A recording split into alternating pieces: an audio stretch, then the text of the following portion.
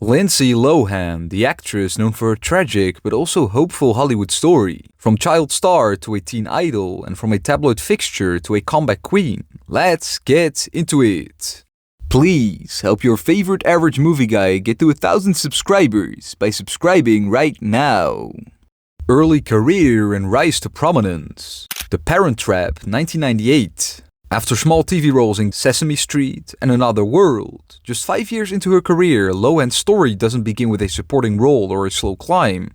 It begins with a double lead in a major studio film. It wasn't just a film debut, it was a statement. At just 12 years old, Lohan played both Annie and Hallie, identical twins separated at birth, raised on opposite sides of the Atlantic. One British, one Californian, one polished, one playful. It's the kind of role seasoned actors struggle with, but Lohan handled it with uncanny precision. This remake of the 1961 classic lives and dies by its young lead, and Lohan doesn't just carry the film, she elevates it. There's a charm, a timing, and a confidence in her performance that instantly set her apart from other child actors at the time. The Parent Trap was a commercial and critical hit, grossing over $19 million worldwide, but more importantly, it launched a career.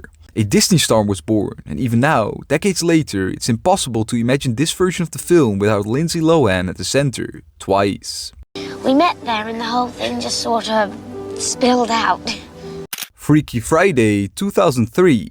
After again some TV roles in Life Size, Betty, and Get a Clue, 5 years later, Lohan was ready to leave childhood behind, and this was the perfect transitional role. In this body swap comedy, Lohan plays Anna Coleman, a sarcastic, guitar-playing teenager constantly butting heads with her mom, played by Jamie Lee Curtis. When a mystical fortune cookie forces them to switch bodies, chaos and unexpected understanding ensues. It's a familiar premise, but Lohan's performance gives it new life. She brings a natural edge to Anna, angsty, witty, but never grating. And when she steps into her mother's shoes, literally and figuratively, she nails the physical comedy without ever losing emotional clarity. What's more impressive, she goes toe-to-toe with Jamie Lee Curtis and doesn't disappear. In fact, she matches her, their chemistry is the heart of the film, and their performances elevate what could have been a throwaway Disney remake into something genuinely heartfelt and hilarious. The performance also earned her the Breakthrough Performance Award at the MTV Movie Awards. The film was a surprise box office hit, grossing over $160 million worldwide, still being her highest grossing film to date. But more importantly, it proved that Lindsay Lohan wasn't just a child star anymore, she was leading lady material.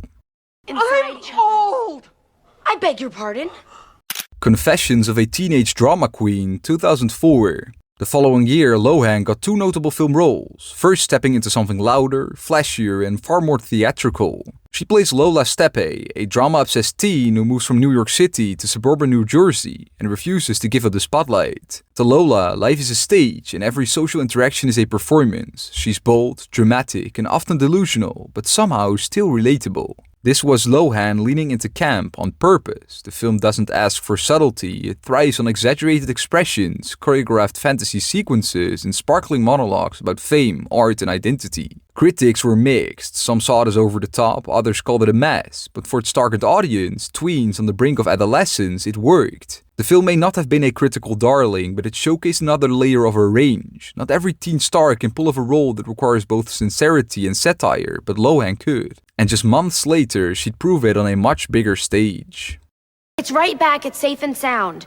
It looks exactly the same, but somehow different.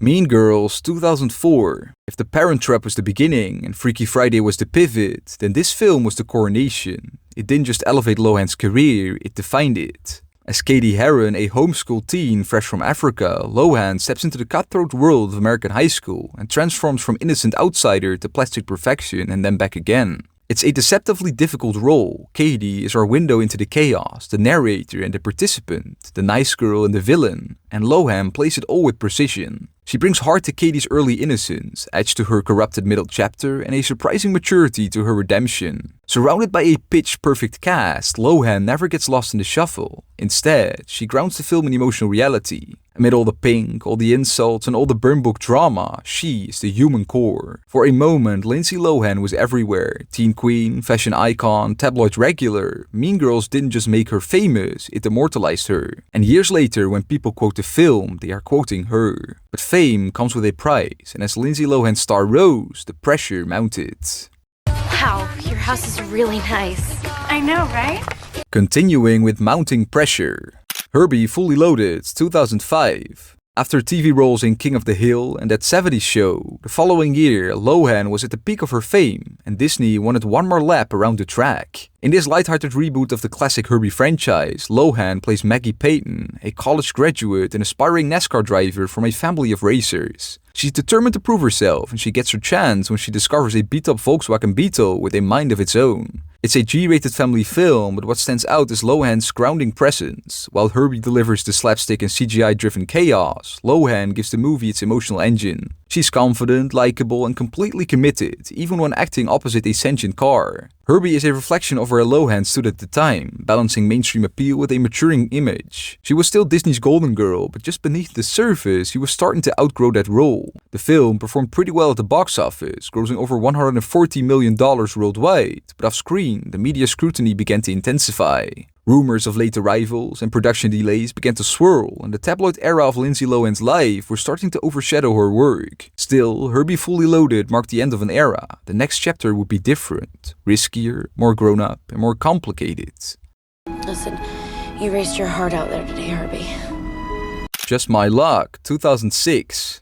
After starring in My Scene Goes Hollywood, the movie, and A Prairie Home Companion, the following year, this film marked Lohan's first foray into romantic comedy as an adult lead, and it came at a time when the industry and the public were watching her closely. In the film, she plays Ashley Albright, a glamorous rising star in Manhattan, blessed with perfect luck. Everything goes her way until a chance kiss at a masquerade party swaps her fortune with that of a struggling, perpetually unlucky musician played by Chris Pine. Concept is classic rom-com with a supernatural twist, and Lohan leans into it with the charm and comedic timing she'd become known for. Just My Luck was meant to be a step into more mature territory, still accessible, still PG-13, but clearly trying to evolve her screen persona. No more high school hallways or Disney magic, this was grown-up Lindsay, navigating adult romance, careers, and chaos in New York City. But behind the scenes, the media frenzy around her personal life was starting to catch fire. Tabloids ran stories daily, paparazzi followed her relentlessly, and though she was still delivering on screen, the narrative was beginning to slip out of her control. Just My Luck performed modestly at the box office with $38 million worldwide, and while it didn't bomb, it didn't quite reignite her trajectory either. Still, it showed flashes of the rom-com queen she could have been, if Hollywood and the world had let her grow up on her own terms. I'm like the rest of the rabbit after they cut off its lucky foot. I should just give up. Bobby, 2006. That same year, this film marked a dramatic shift for Lohan, a chance to step into a more serious ensemble piece and prove she had more to offer than just teen icon status. It wasn't just a film, it was a mosaic. Set on the day Senator Robert F. Kennedy was assassinated, the film weaves together the lives of 22 characters, all connected by the Ambassador Hotel where the tragedy occurred. Lohan plays Diane, a young woman marrying a fellow student to save him from being drafted into the Vietnam War. It's a quiet, emotionally grounded performance, arguably one of the most mature of her career up to that point. Gone are the jokes, the bright colors, the one-liners, what remains is restraint, sincerity, and depth. In a stacked cast, Lohan holds her own, her scenes carry emotional weight, and she brings a subtle kind of grace to Diane, one that suggests she was ready to be taken seriously. For Lohan, it felt like a glimpse of what could have been, a pivot towards prestige, a reinvention through drama. But timing is everything, and in 2006, her personal struggles were beginning to outshine her performances. Bobby may have shown us her potential, but Hollywood wasn't sure how long it would last. You know, I always thought my wedding would be the most exciting day of my life. Career setbacks and limited work. Machete, 2010. The following years were hard for Lohan, both personal and professional, with mostly disappointing roles in The Holiday, Chapter 27, Georgia Rule, I Know Who Killed Me, for which she won a Razzie for Worst Actress, Ugly Betty, and Labor Pains. However, 4 years later, she had a brief moment of intrigue in this film. Directed by Robert Rodriguez, this film is a grindhouse-inspired action film full of blood, satire, and over-the-top violence. It's brash, bold, and built for cult status, and Lohan, she plays April, the troubled daughter of a corrupt politician, who transforms into a gun-wielding nun in the film's final act. It's outrageous, it's pulpy, and somehow it fits. Lohan's role isn't huge, but it's unforgettable, it's self-aware and raw, almost like she's playing a warped version of her tabloid persona. At this point in her life, headlines had begun to eclipse her film work, and Machete leaned into the chaotic energy, turning it into a cinematic spectacle. There's something almost cathartic about her presence here. She's not the girl next door or the Disney darling. She's messy, dangerous, and unpredictable, and that's exactly what the film needs. Machete didn't fix her career, but it reintroduced her to a different kind of audience. One that appreciated grit over gloss, and in many ways it was a signal. Lindsay Lohan wasn't entirely finished, she was just changing lanes. In the name of my father. Sick Note 2018. The following years were more packed, but also very mediocre, with roles in Glee, Liz and Dick, Inappropriate Comedy, Scary Movie 5, Anger Management, The Canyons, Eastbound and Down, Two Broke Girls, and Love Advent, all leading up to her 4-year disappearance from acting in 2014. Then, after her long period away from the spotlight and from Hollywood altogether, Lohan re-emerged in an unexpected place. A British dark comedy about lies, illness, and absurd corporate dysfunction. The series is built around a ridiculous premise. A man is wrongly diagnosed with a terminal illness and decides to keep up the lie for personal gain. In season 2, Lohan joins the cast as Katharina West, the glamorous and mysterious daughter of an insurance magnate. Her arrival is sudden, stylish, and sharp. It's not a massive role, but it's fun, and more importantly, it marked her first real return to scripted acting in years. And while the show's humor is dark, dry, and British to the core, Lohan seems to relish the chance to play someone slick, savvy, and in control. Sick Note didn't make major waves in the US, but it was a sign. A signal that Lindsay Lohan was still game to act, still capable of delivering presence and intrigue, even in something small, odd, and offbeat. I should line you all up against the wall and slit your fucking throats, you cum-snorting cunts. The Netflix Lohanessence. Falling for Christmas 2022. After starring in Among the Shadows, Devil May Care, and Love Struck High, 4 years later, Lohan's true Hollywood comeback began with this Netflix Christmas film. She chose something familiar, comforting, and entirely self-aware. The film is a holiday rom-com in the classic Hallmark mold. Lohan plays Sierra Belmont, a spoiled hotel heiress who gets amnesia after a ski accident, and finds herself in the care of a kind-hearted lodge owner and his daughter. It's cheesy, it's predictable, it's exactly what it promises to be, and that's why it works. Lohan embraces every trope with charm. She pokes fun at her image, slips easily back into physical comedy, and never once treats the material like it's beneath her. There's warmth here, genuine warmth, not just in the snow globe romance of the story, but in her performance. It feels like she's having fun again. And audiences noticed. Falling for Christmas became one of Netflix's top holiday titles, trending globally and introducing Lohan to a new generation of fans. But more than success, the film offered something more meaningful, closure, and a new beginning. This wasn't a comeback built on scandal or spectacle, it was built on heart, nostalgia, and the quiet joy of watching someone rediscover their spark. You do know I don't actually ski, don't you? Irish Wish 2024. After cameoing in the Mean Girls remake, 2 years later the Lohanessence continued on Netflix. In this film, Lohan plays Maddie, a woman hopelessly in love with her best friend, who's about to marry someone else. Heartbroken but loyal, Maddie agrees to be the bridesmaid, until a wish granted under the Irish sky suddenly swaps her into the bride's place, a fantasy twist on the classic love triangle. It's light, breezy, and shot against the stunning green hills and castles of Ireland. But beneath the fantasy, there's something deeper. Maddie's journey is about self-worth, compromise, and discovering what real love looks like, not just in others, but within herself. Lohan plays Maddie with grace. It's still funny and expressive, but there's a softness to her now, a sense of lived experience that gives even the fluffiest scenes a little more weight. The film continues Netflix's feel-good streak, and though it leans heavily on romantic clichés, it's elevated by Lohan's sincerity. There's a kind of symmetry to it all, the former teen queen now playing a woman finding herself in someone else's fairy tale. And this time it's not about reinvention, it's about consistency, about showing the world that her return wasn't just a one-off. Oh no, it's not mine. It's my friend's.